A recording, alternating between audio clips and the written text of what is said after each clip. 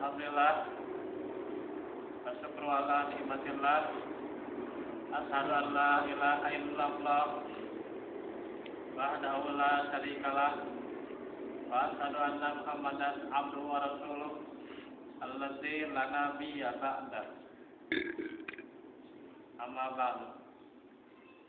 Sahabat iman, rahimakumullah, kita akan melanjutkan dari kajian tentang kitab Akhlaqul Mu'min di bagian bab yang keempat, masih tentang sholat, yang dimana kemarin sudah dibahas tentang kedudukannya, kemudian keistimewaannya, dan juga perlu sekali kita membahas tentang hukum meninggalkan sholat. Nah, di sini yang kita akan ketengahkan bagaimana pendapat para ulama akan bahayanya meninggalkan sholat. Karena sangat penting sekali bahwa sholat yang ditinggalkan ini adalah menjadikan jarak di antara keimanan dan juga kekufuran itu adalah terhapus salah satu. Artinya kalau dia dikatakan kufur, maka sudah jelas dia kufur karena meninggalkan sholat. Nah, di sini kita lihat bagaimana Syekh Said bin Ali Al-Qahtani menjelaskan tarkus sholat, meninggalkan sholat, tarkus sholat, seseorang yang meninggalkan sholat yaitu akibatnya kekufuran. Jadi akibatnya kekufuran. Siapa yang meninggalkan sholat karena mengingkari kewajiban-kewajibannya, maka dia telah berbuat kufur akbar, kufur besar. Kufur akbar yaitu adalah kufur yang dapat mengeluarkan seorang dari Islam dan meninggal dalam keadaan yang kufur, membuat kekal di neraka. Berbeda kalau dia kufurnya asgor, kufurnya kufur yang kecil, yang tidak membuat pelakunya keluar dari Islam, seperti hanya kufur nikmat atau bersumpah kepada selain Allah. Nah, di sini berdasarkan ijma para ulama itu adalah kufur akbar, meskipun dia adalah sholat, maksudnya meskipun dia di dalam pendapat Syekh Abdul Aziz bin Baz itu meskipun dia itu sebelumnya adalah orang yang sholat, tetapi karena dia meninggalkan sholat sekali itu bisa dikatakan kufur akbar. Artinya menurut pendapat Syekh Abdul Aziz bin Baz ini jelas sekali kufurnya kufur akbar, telah keluar dari Islam, kekal di neraka.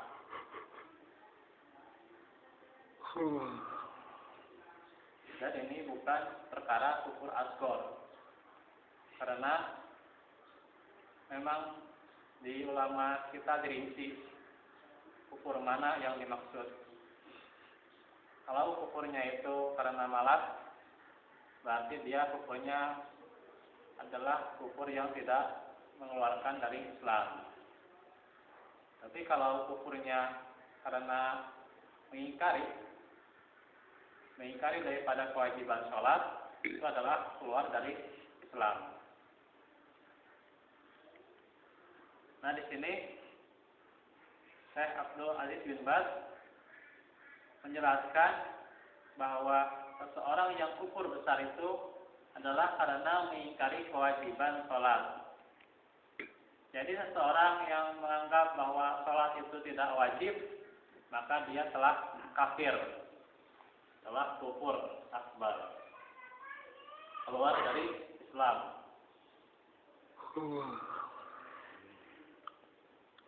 Kalau kita balagotit tarafi wakilah mantap, di antara sifat orang-orang kufur itu adalah falatat dako.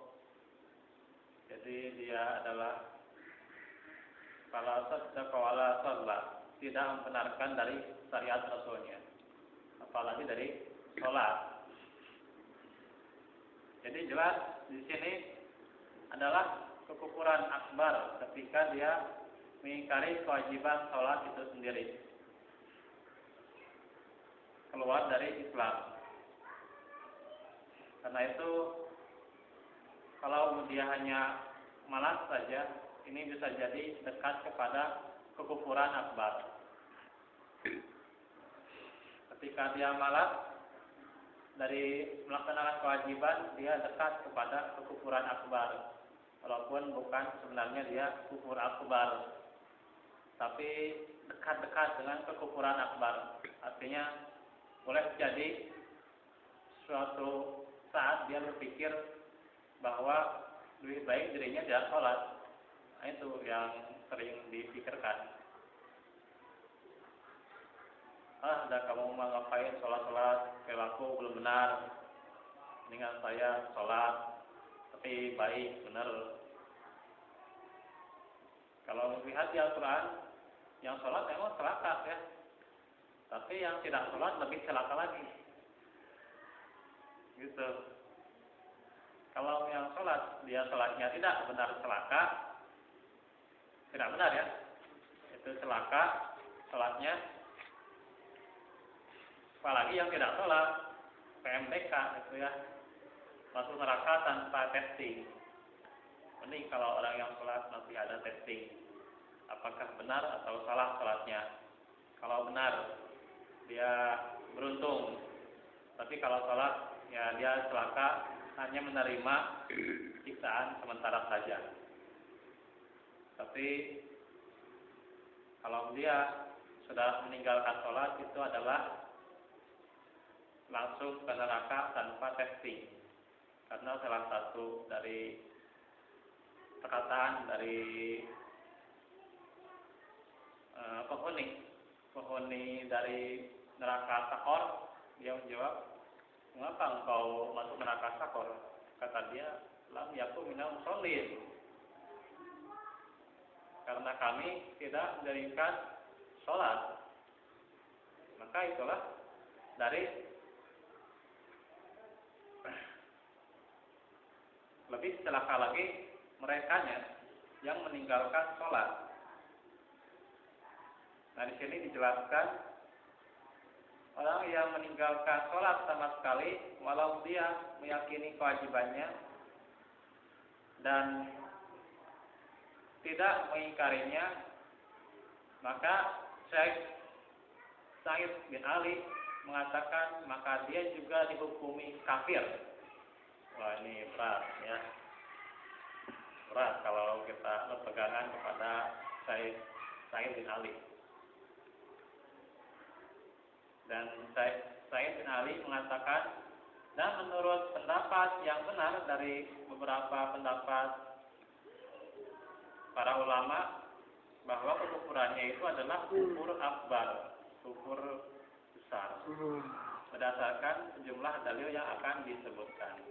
Jadi Syekh Said bin Ali ini khusus beliau mengkafirkan orang yang tidak sholat, apapun alasannya, mau karena marah, mau karena kerjaan, mau karena kesibukan, mau karena anak, apalagi mau karena pasangan dan seterusnya ya. Itu adalah semua alasannya, termasuk yang mengingkari kewajibannya. Karena dia meninggalkan sholat, ia adalah kafir. Itu adalah pendapat Syekh Said bin Ali. Pendapat juga kepada gurunya Abdul Aziz bin Baz. Karena memang jelas dari hadis bahwa perbedaan dari seorang mukmin dan kafir itu adalah dari sholatnya. Kalau dia meninggalkan sholat, artinya dia, nah gitu, artinya dia kafir gitu. Kalau ya pendapat ini,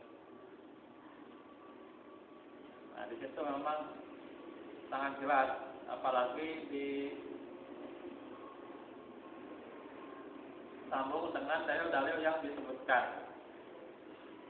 Sebagaimana firman Allah, yauma yusafu an sakin ayada'una ila sujudi fala yastati'un.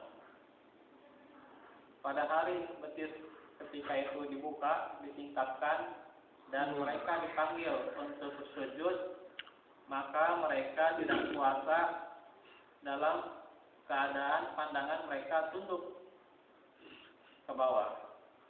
Lagi mereka diliputi kehinaan.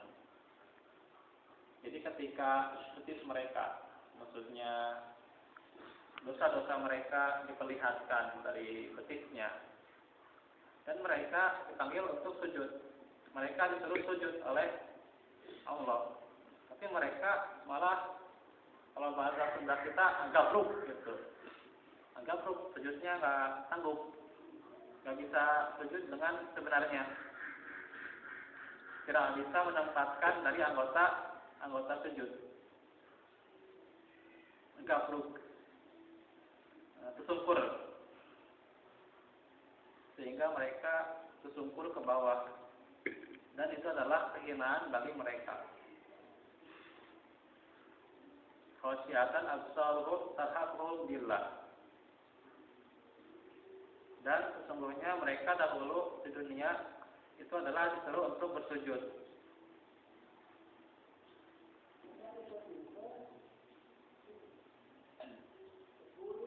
Wa qad kanu yud'auna ila sujudi wa hum salimun. Dan mereka dalam keadaan yang sejahtera. Jadi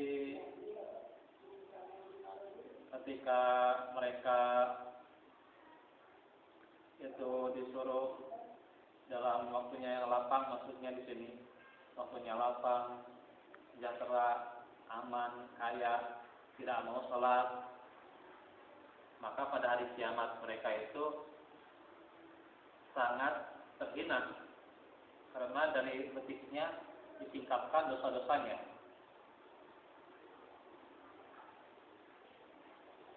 dan juga tidak mampu untuk bersujud ketika di hari kiamat. Nah, jadi saya melihat ayat ini, hal ini menunjukkan bahwa orang yang meninggalkan sholat akan bersama orang kafir dan munafik. Luar biasa. Bersama orang kafir dan munafik. Punggungnya tetap tidak bisa tegak berdiri.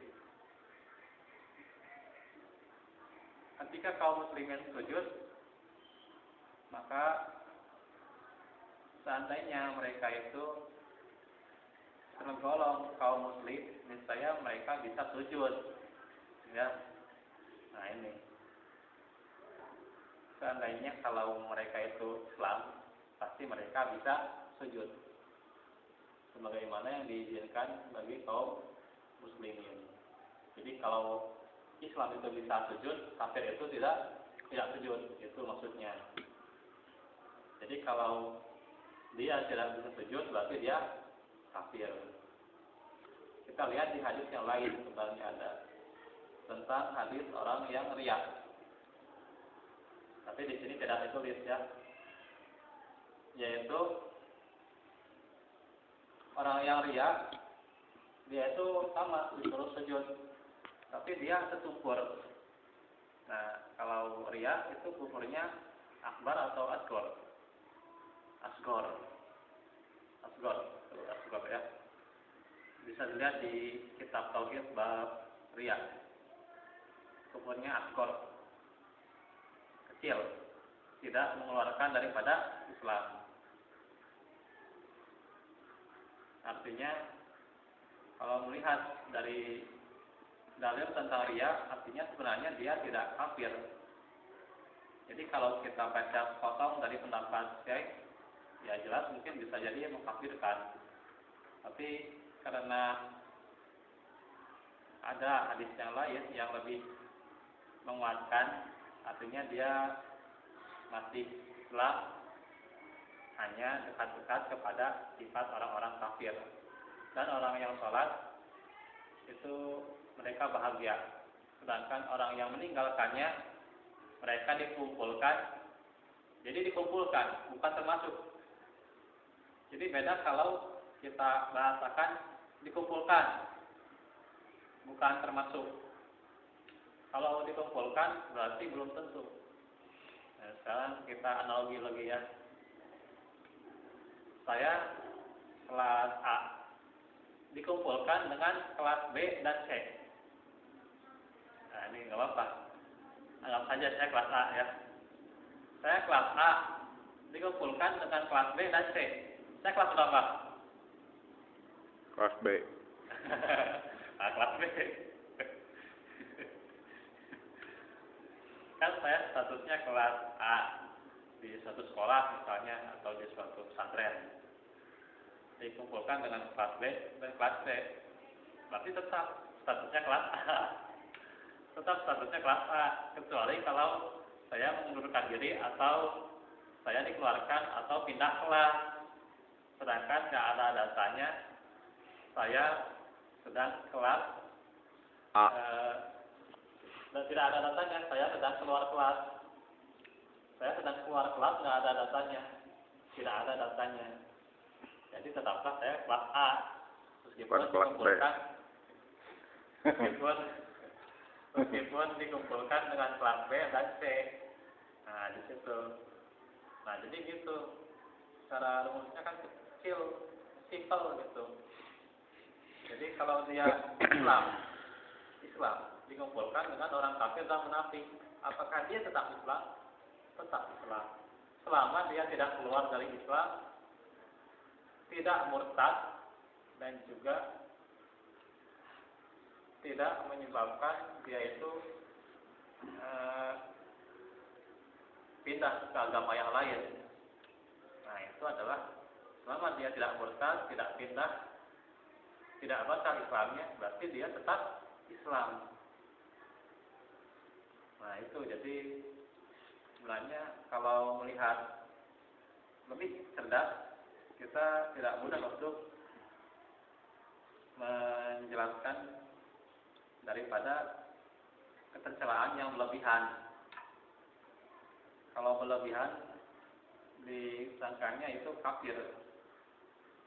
Kalau menurut kita, meskipun memang kita akui Syekh Abdul Aziz bin Baz dan juga Sayyid bin Ali itu ilmuannya sangat luar biasa. Dari karyanya, kalau kita mau boro-boro bikin karya gitu ya, kalau di Dewan Hizbah PDPersis atau PP itu ya, itu pun sebenarnya dari buku risalah sholatnya itu nurutan Syekh Abdul Aziz bin Baz. Hampir ada kesamaan semuanya, hampir ada kesamaan ternyata. Kayak periksa-periksa gitu ya, dalilnya hampir sama. Cuman ada yang gak dimasukin gitu, ada yang gak dimasukin. Terus ada juga yang itunya juga dari dalilnya yang dibahas judulnya sama, jadi nggak ada perbedaan. Cuman alasannya gini, Abdul Aziz bin Baz juga manusia ya, kasih sebagai manusia, jadi boleh ijtihad juga.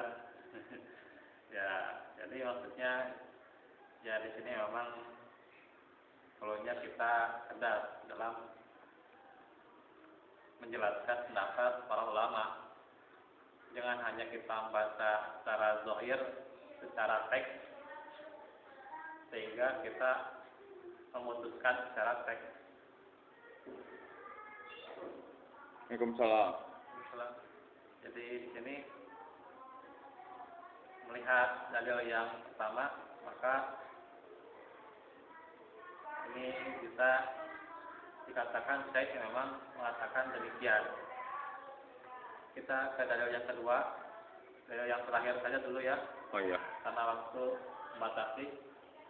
Di surat Al-Mudaththir ayat 8 sampai 46. Terusan yang dikatakan kalau nafsin bima kasabat rahinan. Tiap diri bertanggung jawab atas apa yang telah diperbuatnya. Illa ashabal yamin, kecuali golongan yang kanan. Maksudnya orang yang dia itu beriman, golongan kanan yang taat kepada Allah dan Rasul-Nya, maka dia tidak tanggung jawab atas dosanya. Dosa-dosanya dia dihapus. Fi jannatin yatasaalun, yaitu dia berada di dalam surga yang mereka menanya tentangnya. Anil mujrimin, tentang orang-orang yang berdosa, artinya yang berlawanan dari orang-orang yang taat. Masalakakum fi saqar, apakah yang memasukkan kamu ke dalam neraka Saqar? Qalu lam naku minal musallin, mereka mengatakan kami dahulunya tidak mendirikan salat. Jadi yang menyebabkan mereka masuk ke neraka Saqar itu adalah tidak sholat. Walam naqul imul miskin, dan kami tidak memberi makan kepada orang miskin. Wa kunna naqudu ma'al qaidin, dan kami membicarakan yang batil, membicarakan kejelekan bersama orang-orang yang membicarakannya. Nah, ini bahayanya orang yang ghibah. Bahaya orang yang ghibah ini adalah salah satu kandidat atau kategori dari penghuni neraka Saqar. Wa kunna nukadzibu biyaumiddin, dan adalah kami yang mendustakan hari pembalasan. Nah, di situ kita lihat pendapat dari Syekh bahwa orang yang meninggalkan sholat digolongkan sebagai para pendosa atau anil mujrimin yang dimasukkan ke dalam neraka Saqar. Jadi di sini jelas dari dalil yang menguatkan innal mujrimina fi dhalalin wa su'ur. Sesungguhnya orang-orang yang berdosa berada dalam kesesatan di dalam dunia itu dia sesat, goyah dia itu. Orang-orang berdosa meninggalkan daripada ketaatan, dia goyah keimanannya, selalu bimbang dan juga bingung ingin kemana, dan juga dia merasa tenang saja dengan kesesatannya, padahal tidak tahu siksa akan menanti di belakangnya.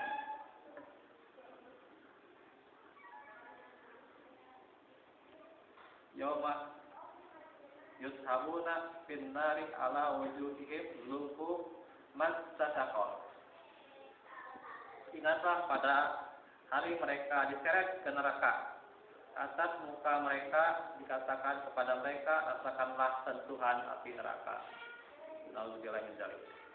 Surat Al-Qamar 47-48. Jadi dari ayat ini maka jelas memang kalau pendapat Syekh mengartikannya memang kufur akbar. Kufur akbar orang yang meninggalkan sholat. Setelah dia itu meninggalkan sholat, artinya dia keluar daripada Islamnya, batal. Itu berarti juga dia tidak akan merasakan surga. Sedangkan pendapat yang lain termasuk di kita dari Kyai Haji Abdurrahman dan juga Ustaz Maman Abdurrahman rahimahumullah, termasuk beliau itu hanya menyebabkan orang yang tidak sholat itu adalah orang yang kufur asghar saja. Tapi apa yang namanya kufur pasti bahaya gitu. Kufur asghar bukan berarti dosanya kecil, tetap dosanya besar. Tetap al-kabair, dosa besar dengan meninggalkan sholat. Jadi artinya kalau kita melihat dari dua pendapat ini, artinya memang tidak ada pertentangan. Walaupun memang dua pendapat ini adalah pendapat yang berbeda, artinya memang masih bisa dijadikan acuan. Silakan memang bagi yang mereka menjelaskan itu kufur akbar, atau mereka yang menjelaskan ini adalah kufurnya tidak mengeluarkan dari Islam, silakan juga. Karena memang dari mengartikan ayat-ayat yang disebutkan. Tapi yang jelas yang namanya kufur tetap bahaya. Tetap kufur itu dosanya besar. Jangan disangka hanya kufur asghar dosanya kecil. Tidak bisa. Justru tetap saja mereka masuk neraka tanpa testing karena kekufuran meninggalkan sholat. Nah, jadi jelas di sini dosa besar dengan meninggalkan sholat. Nah, itu dari hukum meninggalkan sholat yang pertama yang dijelaskan oleh Syekh, yaitu dari nomor pertama dan juga nomor yang pertama ya. Ini salah nulis kayaknya. Salah nulis. Jadi ini nomor pertama dan nanti di nomor yang kedua akan dibahas di kajian tentang fikih sholat selanjutnya. Insya Allah besok dilanjutkan dengan kajian tafsir surah Al-Baqarah ayat 9 dan 10.